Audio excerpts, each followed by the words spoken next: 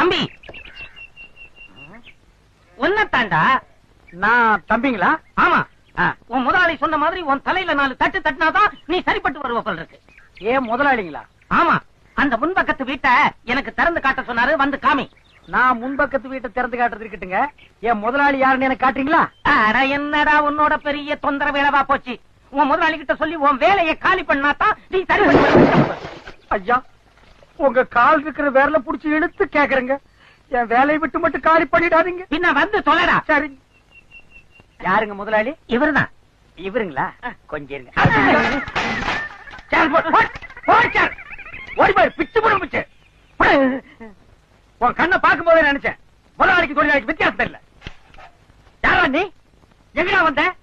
எதுக்குடா வந்த? நான் இந்த ஊரு பள்ளிக்கூடத்துல. பள்ளிக்கூடத்துல?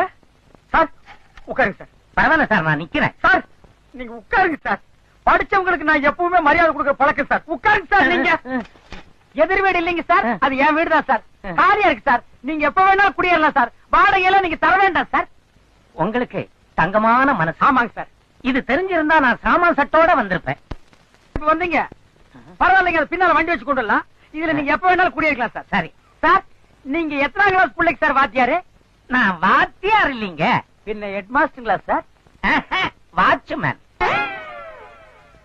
எது? வாட்ச்மேன். அப்புறம் சேர்ல உட்கார்ந்த? நீங்க தான் உட்கார சொன்னீங்க. நான் கரண்ட் கம்பி மேல உட்கார சொன்ன உட்காருவியா? நீ எல்லாம் வாசப்படியில் உட்கார வேண்டிய நாய். படுவாய். சேரத்தோட வீடு கிடையாது, ஒண்ணு கிடையாது. போடா. இல்லீங்க, வந்து போடனா.